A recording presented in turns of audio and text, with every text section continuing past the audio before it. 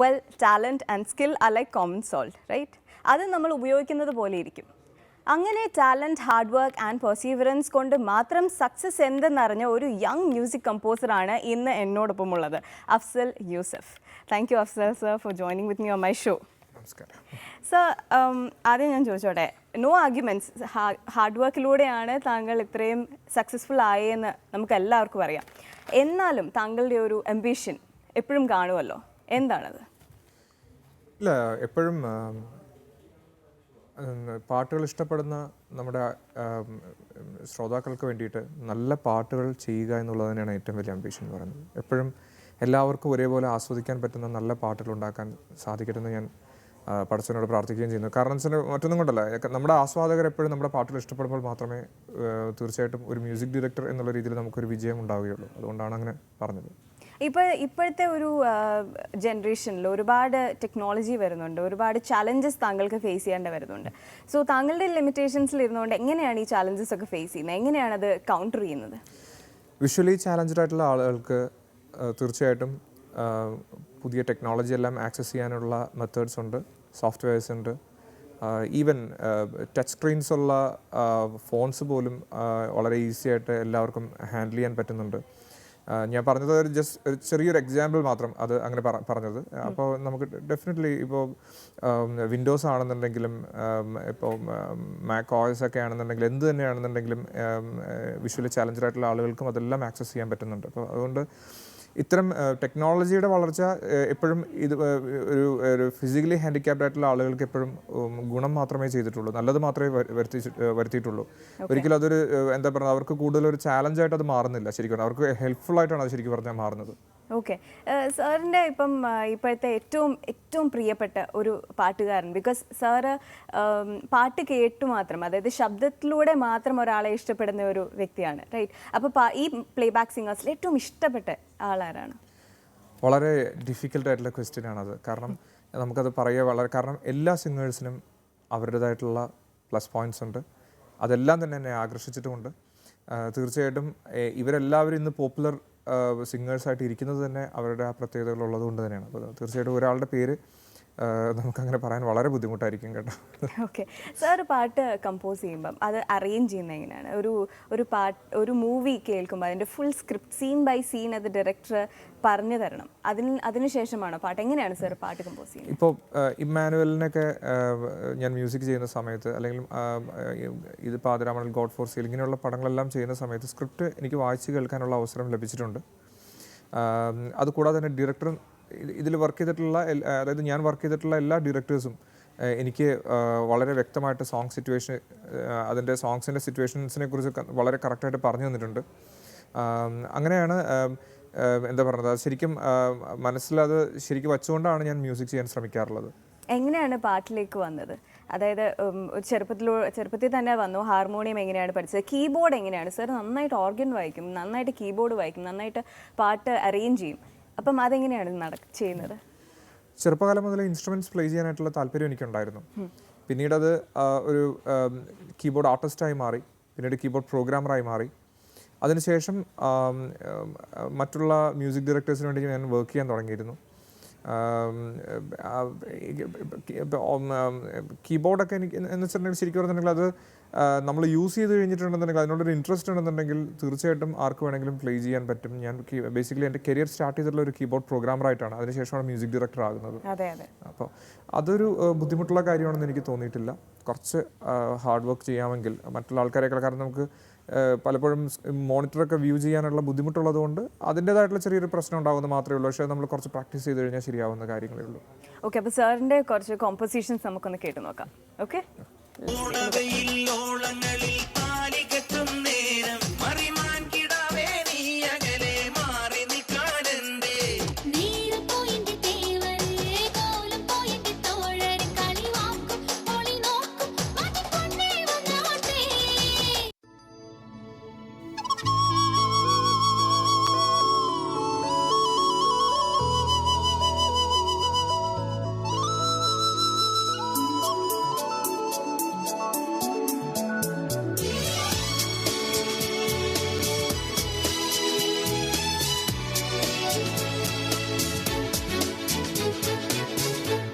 ചിറകാർന്ന മൗനം ചിരിയിൽ ഒതുങ്ങി മനസമ്മതം നീ മിഴിയാലെയോതി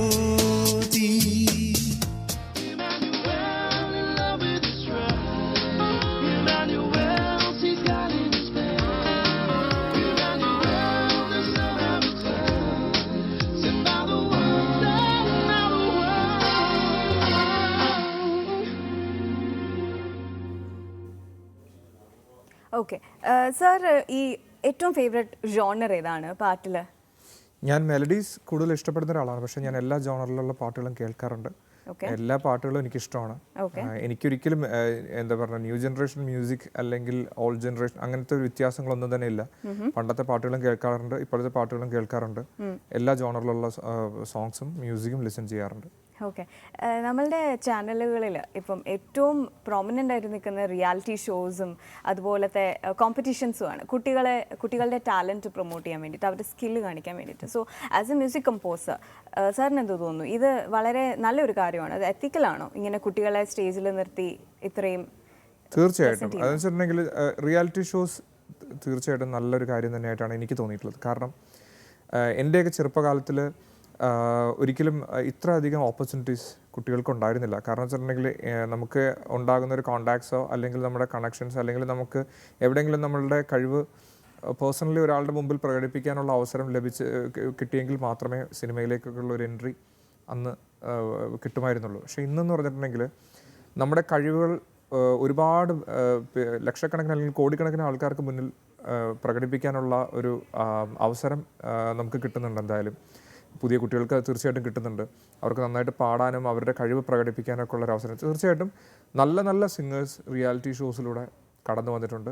തീർച്ചയായിട്ടും ഇപ്പോൾ എല്ലാവരും ആരാധനയോടുകൂടെ നോക്കിക്കാണുന്ന ശ്രേയാ ഘോഷൽ പോലും ഒരു റിയാലിറ്റി ഷോയിലൂടെയാണ് എത്തിയിട്ടുള്ളത്. അതുപോലെ തന്നെ മലയാളികളുടെ കാര്യത്തിൽ പറയുകയാണെങ്കിൽ തീർച്ചയായിട്ടും നജീം അർഷാദും മൃദുല വാര്യറും ഇവരെല്ലാവരും തന്നെ റിയാലിറ്റി ഷോസിലൂടെ നമുക്ക് വളരെ സുപരിചിതരായിട്ടുള്ള ആളുകളാണ്. ഓക്കെ സാർ, ഇപ്പം ശ്രേയ ഘോഷാലിൻ്റെ കാര്യം പറയുമ്പോൾ ശ്രേയ ഘോഷാൽ, സോനു നിഗം, സന്ദന സർഗം, അങ്ങനെ ഒരുപാട് നല്ല നല്ല മ്യൂസീഷ്യൻസ്, യേശുദാസ് സർ അല്ലെ, ഒരുപാട് നല്ല നല്ല മ്യൂസീഷ്യൻസ് പ്ലേ ബാക്ക് സിംഗേഴ്സിൻ്റെ ഒപ്പം സാർ വർക്ക് ചെയ്തിട്ടുണ്ട്. അതിൽ ഏറ്റവും കംഫർട്ടബിൾ ആണെന്ന് തോന്നിയ അങ്ങനെ ആരെങ്കിലും ഉണ്ടോ? എല്ലാവരും എല്ലാവരും എന്നോട് വളരെ നല്ല രീതിയിലാണ് സഹകരിച്ചിട്ടുള്ളത്. അവർ വളരെ കോപ്പറേറ്റീവ് ആയിരുന്നു എൻ്റെ അടുത്ത്. അങ്ങനെ ഒരു വ്യത്യാസം എനിക്ക് ഒരിക്കലും തോന്നിയിട്ടില്ല. ഓക്കെ, നമ്മൾ സാറിൻ്റെ ഒരു പാട്ട് എക്സ്പെക്ട് ചെയ്യുന്നു. നമുക്കൊന്ന് കേട്ടാലോ സാറിൻ്റെ ഒരു പാട്ട്? ഷോ, തീർച്ചയായിട്ടും. All right, let's have the song please.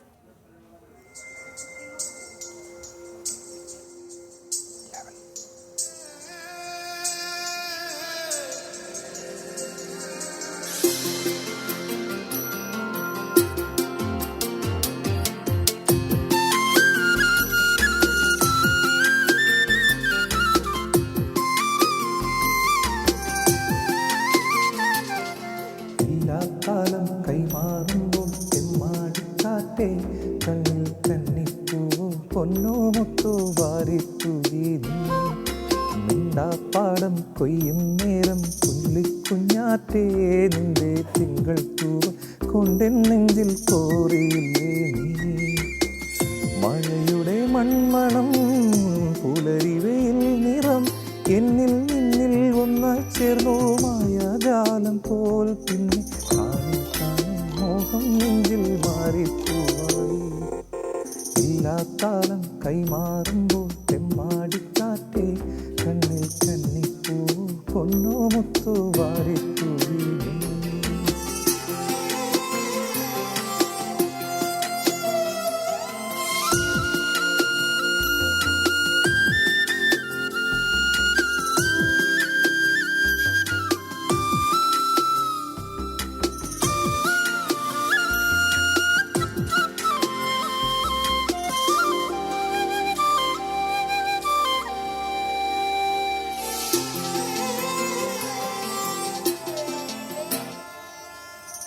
കാത്തിരുന്നതല്ലേ പണ്ട് ആറ്റിറമ്പിലോടം പോലെ ഒരു നാൾ തീരം കാണാൻ കൂടെ പോരുവാൻ.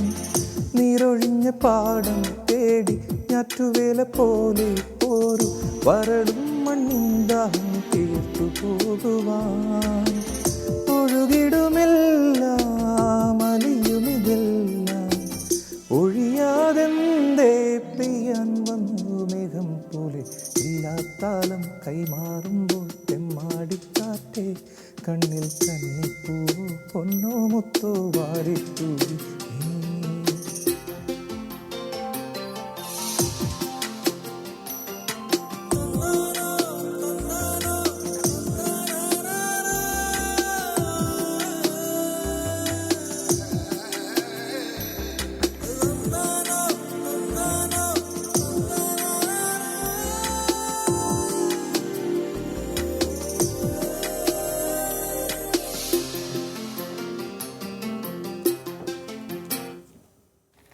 അപ്പോൾ സാർ, അബ്ദുൾ കലാം നമ്മുടെ ഫോമർ പ്രസിഡന്റിന് വേണ്ടിയിട്ട് സാർ ഒരു പാട്ട് ചെയ്തില്ലേ, അതെങ്ങനെയാണ് സംഭവിച്ചത്?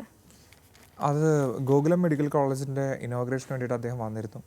അപ്പോൾ അതിൻ്റെ ആ ഇവൻറ്റ് നടത്തിയിരുന്നത് ഇബ്രസാരി ആയിരുന്നു. അതിൽ എൻ്റെ ഫ്രണ്ട് സിതേഷ് അദ്ദേഹം വിളിച്ചിട്ട് എന്നോട് പറഞ്ഞു, ഇങ്ങനെ അബ്ദുൽ കലാം സാറിൻ്റെ ഒരു പോയമുണ്ട്, അതൊന്ന് ട്യൂൺ ചെയ്യണമെന്ന് പറഞ്ഞു. എനിക്ക് ആ പോയ അയച്ചു തന്നിട്ടുണ്ടായിരുന്നു. അപ്പോൾ അത് അവിടുത്തെ ഗോകുലം മെഡിക്കൽ കോളേജിലെ കുട്ടികളെ കൊണ്ട് പാടിക്കാൻ വേണ്ടിയിട്ടായിരുന്നു അത് കമ്പോസ് ചെയ്തിട്ടുണ്ടായിരുന്നത്. അങ്ങനെ അദ്ദേഹമായിട്ട് മീറ്റ് ചെയ്യാൻ സാധിച്ചു. ജീവിതത്തിൽ വലിയൊരു കാര്യമായിട്ടാണ് കണക്കാക്കുന്നത്. കാരണം സാറ് അത് കഴിഞ്ഞിട്ട് അത്രയും അറിയാലോ, ഭയങ്കര സെക്യൂരിറ്റിയും കാര്യങ്ങളൊക്കെയാണ്. അതിൻ്റെ ഇടയിൽ സാർ എന്നെ വിളിപ്പിച്ചു, പേഴ്സണലി മീറ്റ് ചെയ്തു, സംസാരിച്ചു. എനിക്ക് വളരെ ഒരു ലൈഫിലെ തന്നെ മറക്കാൻ പറ്റാത്തൊരു കാര്യമായിട്ടാണ് തോന്നുന്നത്. ഓക്കെ, ഈ ശ്രേയ ഘോഷാൽ, സോനു നിഗം ഇവരൊന്നും നമ്മളുടെ ലാംഗ്വേജിൽ സ്ഥിരമായിട്ട് പാടുന്ന ആൾക്കാരല്ല. അവർക്ക് എല്ലാവർക്കും ലിറിക്സ് എല്ലാം ഒരുപാട് പ്രാക്ടീസ് ചെയ്താലേ പറ്റുള്ളൂ. അപ്പം എങ്ങനെയാണ് ഇവരെയൊക്കെ പാടിപ്പിച്ചെടുക്കുന്നത്? അവർ ഒരുപാട് ടങ് ട്വിസ്റ്റിംഗ് ആയിരിക്കൂലേ അവരുടെ? അതെ അതെ, ശ്രേയ ഓഫ് കോഴ്സ് ഒരുപാട് മ്യൂസിക് ഡയറക്ടേഴ്സ് അവരെ കൊണ്ട് പാടിച്ചിട്ടുണ്ട്. മലയാളം വളരെ നന്നായിട്ടാണ് അവർ പ്രൊനൗൺസ് ചെയ്യുന്നത്. അപ്പോൾ ശ്രേയയെക്കുറിച്ച് ഒന്നും പറയാനില്ല. സോനുജിയെ സംബന്ധിച്ചിടത്തോളം സോനുജിയെ കൊണ്ട് ആദ്യമായിട്ട് ഞാനാണ് മലയാളത്തിൽ പാടിക്കാൻ എനിക്കൊരു അവസരം ദൈവം സഹായിച്ച് കിട്ടി. അതിൽ വളരെ സന്തോഷമുണ്ട് ആദ്യമായിട്ട് അദ്ദേഹത്തിനെ കൊണ്ട് പാടിക്കാൻ സാധിച്ചതിൽ. ഞാൻ പറഞ്ഞു വെച്ചിട്ടുണ്ടെങ്കിൽ ഈ അദ്ദേഹം വളരെ ഈ പാട്ട് പാടാൻ വേണ്ടി വന്നിരുന്ന സമയത്ത് തന്നെ അദ്ദേഹത്തിൻ്റെ സ്റ്റുഡിയോയിൽ വെച്ചിട്ട് തന്നെയാണ് സോങ് റെക്കോർഡ് ചെയ്തിട്ടുണ്ടായിരുന്നത്.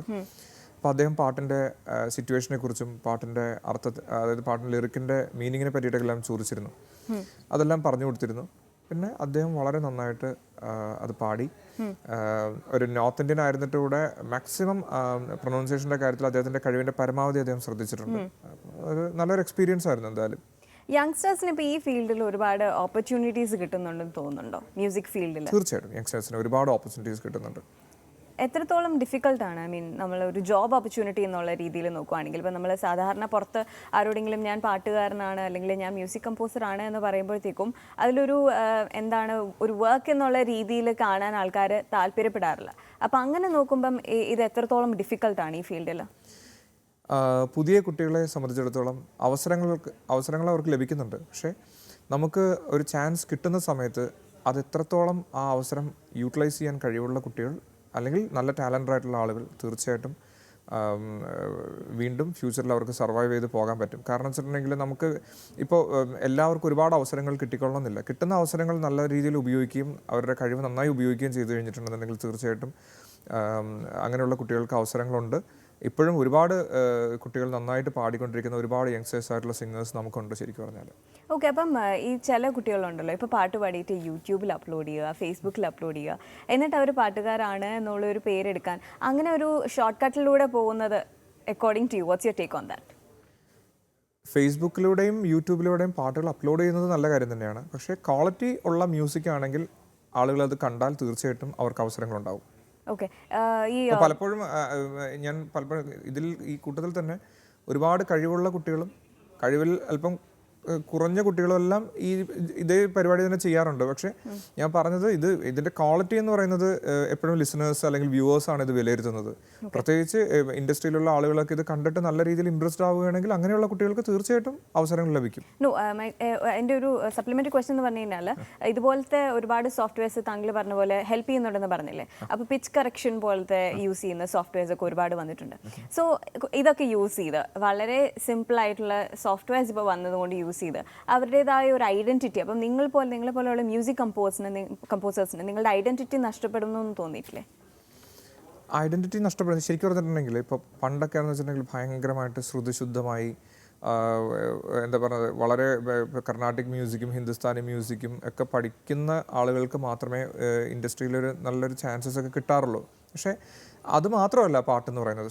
സോങ് ഇപ്പോൾ പണ്ടത്തെ കാലത്താണെങ്കിൽ കൂടെ രാഘവൻ മാസ്റ്ററെ പോലെയുള്ള പ്രഗത്ഭരായിട്ടുള്ള മ്യൂസിക് ഡയറക്ടേഴ്സ് മലയാളത്തിൻ്റെ തനതായിട്ടുള്ള മ്യൂസിക് ആളുകൾക്ക് പരിചയപ്പെടുത്തിയിട്ടുണ്ട്. ഇപ്പോൾ കായലരികത്ത് വലയെറിഞ്ഞപ്പോൾ അതുപോലെയുള്ള മെഹബൂബ് എന്ന് പറയുന്ന ഗായകനെ ഒരുപാട് അദ്ദേഹം ഉപയോഗപ്പെടുത്തിയിട്ടുണ്ട്. ഇവരൊക്കെ തിയററ്റിക്കൽ അല്ലെങ്കിൽ ഒരു ഒരു ഒരു എന്താ പറയുന്നത് ശാസ്ത്രീയമായിട്ട് എത്രത്തോളം ഇവർ പഠിച്ചു എന്നുള്ളതല്ല അദ്ദേഹം നോക്കിയിട്ടുണ്ടെന്ന് എനിക്ക് തോന്നുന്നു. ആ പാട്ടിൻ്റെ ഒരു ഫീലിലാണ് കാര്യം ഇരിക്കുന്നത്. അപ്പോൾ ഇത്തരം സോഫ്റ്റ്വെയർസൊക്കെ വരുന്ന സമയത്ത് ചില ആൾക്കാരുടെ പാട്ട് ഇപ്പോൾ നമ്മൾ ഇത്തരം സോഫ്റ്റ്വെയറൊക്കെ ഉപയോഗിച്ചിട്ട് കേൾക്കുമ്പോൾ നല്ല ഭംഗി ഉണ്ടെങ്കിൽ തീർച്ചയായിട്ടും അത് സ്വാഗതം ചെയ്യപ്പെടേണ്ട ഒരു കാര്യമാണ്. കാരണം വെച്ചിട്ടുണ്ടെങ്കിൽ പാട്ട് എങ്ങനെയാണെങ്കിലും നന്നായി വരിക എന്നുള്ളതിലാണ് കാര്യമുള്ളത്. പാട്ട് എങ്ങനെ ഉണ്ടാക്കുന്നു എന്നുള്ളതിലല്ല കാര്യം. കേൾക്കുമ്പോൾ നമുക്ക് ഇരിക്കുക എന്നുള്ളത്. കാരണം ചിലപ്പോൾ പിച്ചിൻ്റെ കാര്യത്തിലൊക്കെ എന്തെങ്കിലും പ്രശ്നമുള്ള ആൾക്ക് ചിലപ്പോൾ ഒരു പിച്ച് കറക്ഷനൊക്കെ ചെയ്യുന്ന ഒരു സോഫ്റ്റ്വെയറിൻ്റെ സഹായത്തോടെ വളരെ മനോഹരമായിട്ടുള്ളൊരു പാട്ട് ചിലപ്പോൾ പ്രസൻറ്റ് ചെയ്യാൻ പറ്റിയെന്ന് വരും. അപ്പോൾ അത് ടെക്നോളജിയുടെ ഹെൽപ്പ് എപ്പോഴും ടെക്നോളജി വളരും തോറും അത് ആളുകളെ കൂടുതൽ സഹായിക്കാൻ വേണ്ടിയിട്ടുണ്ട്. അപ്പോൾ നമ്മളതിൻ്റെ നല്ല വശങ്ങൾ മാത്രം എടുക്കുകയും മോശമായിട്ടുള്ള കാര്യങ്ങൾ നമ്മൾ തള്ളിക്കളയുകയും ചെയ്താൽ മതി. പെർസീവറൻസ് ആൻഡ് ഹാർഡ് വർക്ക് അതാണല്ലോ താങ്കളുടെ സക്സസിൻ്റെ മെയിൻ ഒരു റെസിപ്പി എന്ന് പറയുന്നത്. സോ പാട്ട് പഠിച്ചിട്ടുണ്ട്, താങ്കൾ കർണാട്ടിക് മ്യൂസിക് പഠിച്ചിട്ടുണ്ട് അല്ലേ? സോ എങ്ങനെയാണ് ഇത്രയും രാഗങ്ങളും ഇത്രയും പാട്ടിൻ്റെ എല്ലാ നുവാൻസസും പഠിക്കാൻ എങ്ങനെയാണ് പറ്റിയത്? ഞാൻ കർണാട്ടിക് മ്യൂസിക് പഠിക്കാൻ ശ്രമിച്ചിട്ടുണ്ട്. എനിക്കെന്ന് പറഞ്ഞിട്ട് വളരെ നോളജുള്ള ഒരു ക്ലാസിക്കൽ സിംഗറോ ഒരു അങ്ങനത്തെ രീതിയിലുള്ള അല്ലെങ്കിൽ ഒരുപാട് കർണാട്ടിക് മ്യൂസിക് ഭയങ്കരമായിട്ട് പഠിച്ചിട്ടുള്ള ഒരു വ്യക്തിയല്ല. എന്ത് തന്നെയാണെന്നുണ്ടെങ്കിലും കുറച്ച് പഠിക്കാൻ സാധിച്ചിട്ടുണ്ട്. പക്ഷെ വലിയ രീതിയിൽ എന്തെങ്കിലും അവകാശപ്പെടാവുന്ന രീതിയിലുള്ള ഒരു വളർച്ച എനിക്കുണ്ടെന്ന് എനിക്ക് തോന്നിയിട്ടില്ല. പക്ഷേ എന്നെ സ്വാധീനിച്ചിട്ടുള്ള ഞാൻ ജനിച്ച ഒരു സമയം മുതൽ ഞാൻ കേട്ടു വളർന്നിട്ടുള്ള പാട്ടുകൾ എന്നെ ഒരുപാട് സ്വാധീനിച്ചിട്ടുണ്ട്. നല്ല നല്ല മ്യൂസിക് ഡയറക്ടേഴ്സിൻ്റെ കമ്പോസിഷൻസ്, നല്ല സിംഗേഴ്സിൻ്റെ പാട്ട്, ഡിഫറെൻറ്റ് ലാംഗ്വേജസ്, അതുപോലെ തന്നെ വേൾഡ് മ്യൂസിക് കാറ്റഗറിയിൽ തന്നെ ഒരുപാട് ഇൻസ്ട്രുമെൻറ്റ്സ് ഒക്കെ പ്ലേ ചെയ്യുന്ന ആൾക്കാരുടെ പെർഫോമൻസ്, ഇതെല്ലാം നമ്മുടെ മ്യൂസിക്കിനെ. അപ്പോൾ ശരിക്കും പറഞ്ഞാൽ എൻ്റെ മ്യൂസിക്കിൻ്റെ ഒരു അടിസ്ഥാനം എന്ന് പറയുന്നത് കർണാട്ടിക് ആയിട്ടുള്ള അല്ലെങ്കിൽ അങ്ങനെ മ്യൂസിക്കലായിട്ട് പഠിച്ചിട്ടുള്ള ഒരു നോളജിൽ ഉപരിയായി അത്തരം കേട്ട് നമ്മുടെ മനസ്സിനെ സ്പർശിച്ചിട്ടുള്ള ഒരുപാട് പാട്ടുകളുടെ അല്ലെങ്കിൽ ഒരുപാട് മ്യൂസിക്കിൻ്റെ ഒരു അംശം എൻ്റെ പാട്ടുകളിൽ ഉണ്ടാകുന്നുണ്ട് എന്നാണ് എനിക്ക്. എന്നുവെച്ചാൽ ഞാൻ പറഞ്ഞത് അത് ഒരിക്കലും ഒരു വലിയ കാര്യമായിട്ടല്ല ഞാൻ പറഞ്ഞത്. എൻ്റെ മ്യൂസിക്കിൽ ഏറ്റവും കൂടുതൽ. അതെ സർ, ഞാൻ ചോദിച്ചത് നമ്മുടെ ഇപ്പോൾ ബ്രെയിൽ യൂസ് ചെയ്ത് അങ്ങനത്തെ എന്തെങ്കിലും ഒരു രീതിയിലൂടെ ഒരുപാട് സ്ട്രഗിൾ ചെയ്ത് ഒരുപാട് പെർസീവറൻസ് യൂസ് ചെയ്തിട്ടാണോ താങ്കൾ ഇതുവരെ എത്തിയതെന്നുള്ളൊരു, അതായത് നമ്മളുടെ യങ്സ്റ്റേഴ്സിന് ഇപ്പം ആ ഒരു ഹാർഡ് വർക്ക് അല്ലെങ്കിൽ പെർസീവറൻസിൻ്റെ ഒരു അർത്ഥം മനസ്സിലായിട്ടില്ല. ഇതെന്ന് വെച്ചിട്ടുണ്ടെങ്കിൽ നമുക്കിപ്പോൾ ഈ ബ്രെയിൽ തീർച്ചയായിട്ടും നമുക്ക് ലിറിക്ക് എഴുതിയിട്ട് പാടാനായിട്ട് ഒരുപാട് സഹായകരമാകാറുണ്ട്. കാരണം എന്ന് വെച്ചിട്ടുണ്ടെങ്കിൽ നമുക്ക് നോക്കി വായിക്കാൻ പറ്റാത്തതുകൊണ്ട് ലിറിക്ക് ഒരു പേപ്പറിൽ ബ്രെയിൽ ലിപിയിൽ എഴുതുകയാണെങ്കിൽ നമുക്ക് ടച്ച് ചെയ്തിട്ട് അത് വായിക്കാൻ പറ്റും. അത് തീർച്ചയായിട്ടും നമുക്ക് സഹായകരമാണ് എന്തായാലും. അതുപോലെ തന്നെ സിസ്റ്റം ഒക്കെ നമുക്ക് യൂസ് ചെയ്യാൻ പറ്റുന്നത് നമ്മുടെ ഇപ്പോഴത്തെ ഈ പ്രൊഫഷനെ ഭയങ്കരമായിട്ട് നമുക്ക് ഹെൽപ്പ് ചെയ്യുന്ന ഒരു കാര്യമാണ്. പിന്നെ അങ്ങനെ ഒരുപാട് കാര്യങ്ങളുണ്ട് ഞാൻ പറഞ്ഞത്. അതുപോലെ മ്യൂസിക്കിന്റെ കാര്യത്തിൽ ഈ പറയുന്നത് പോലെ നമുക്ക് നമ്മുടെ ചെയ്യാൻ പറ്റും അല്ലേ? Okay thank you very much sir. Thank you very much for coming on. ഇങ്ങനെ TV ന്യൂവിൽ വരാൻ സാധിച്ചതിൽ വലിയ സന്തോഷമുണ്ട്. പ്രത്യേകിച്ച് TV ന്യൂവിന്റെ അണിയറ പ്രവർത്തകർക്കും റമിതയ്ക്കും thank you so much. Thank you. So that was Afsal sir for us. നമ്മളുടെ സമൂഹത്തിൽ ഒരു ധാരണ സാധാരണയുണ്ട്, ഞാനൊരു ബഡിങ് ആർട്ടിസ്റ്റ് ആണെങ്കിൽ, ഞാനൊരു പെയിൻറ്റർ ആണെങ്കിൽ, ഞാനൊരു കലാകാരനാണ് എന്ന് പറഞ്ഞാൽ സോ ജോലി അല്ലെങ്കിൽ what you do for a living എന്ന ക്വസ്റ്റ്യൻസ് ഉടനെ തന്നെ നമ്മളുടെ അടുത്ത് ചോദിക്കും അല്ലേ? വെൽ, ബാക്ക്വേർഡ് സിവിലൈസേഷൻ എന്ന ഗ്രൂപ്പ് ഓഫ് യങ് ആർട്ടിസ്റ്റ്സ് ഈ ധാരണ മാറ്റും. I will introduce them to you, but before that take a short break.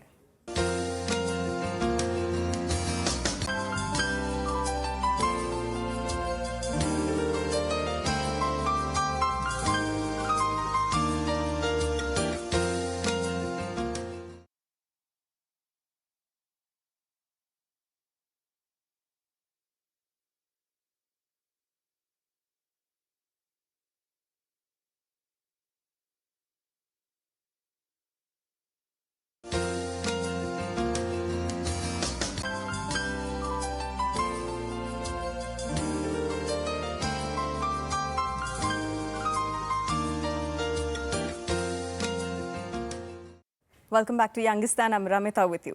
Artists, painters, sculptors, script writers, musicians ഇങ്ങനെ കലയുമായി ബന്ധപ്പെട്ട കുറേ ജോണേഴ്സ് ഓഫ് ഇൻട്രസ്റ്റ് നമ്മുടെ യങ്സ്റ്റേഴ്സിൻ്റെ ഇടയിലുണ്ട്. But at the same time ഞാൻ സിനിമയ്ക്ക് ഒരു കഥ എഴുതുവാണ് എന്ന് ആരെങ്കിലും പറഞ്ഞാൽ the next question from the other end എപ്പോഴും അപ്പോൾ വർക്ക് ടൈം കഴിഞ്ഞിട്ടാണോ അല്ലെങ്കിൽ പഠിക്കുവാണോ ഇതൊരു പാസ് ടൈം ആണോ അതോ ഹോബി ആണോ എന്നുള്ള ക്വസ്റ്റ്യൻസ് ആണ് അല്ലേ. Backward civilisation and the art work ഇവരുടെ വർക്ക് കണ്ടാൽ തന്നെ നമുക്ക് മനസ്സിലാവും that art is the work and life and they take it pretty seriously. Check this out.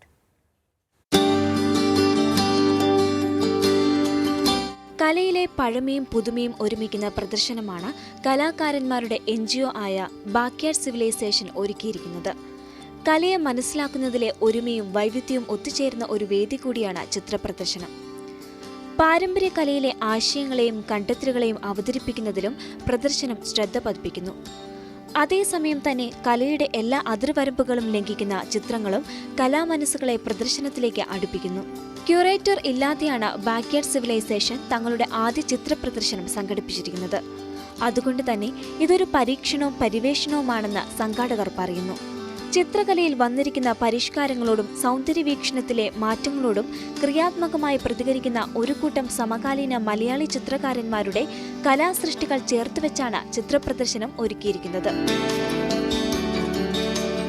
Ami Athmaja, Ambeesh Kumar, Jibin Varghese, KK Muhammad, Pradeep Kumar KP, Sabin Muttappathi, Sanal CS, Shanto Antony, CGR Krishnan, Sosa Joseph, Sreedevi Chiyar തുടങ്ങിയ കലാകാരന്മാരുടെ ചിത്രങ്ങൾ പ്രദർശനത്തിലുണ്ട്. ആഗസ്റ്റ് 24 തുടങ്ങിയ പ്രദർശനം ഒക്ടോബർ 5 അവസാനിക്കും. Central desk TV news. Well, that's it for today. നാളെ സന്ദിപ്പും വരേക്കും. Stay young, stay happy and thank you for watching.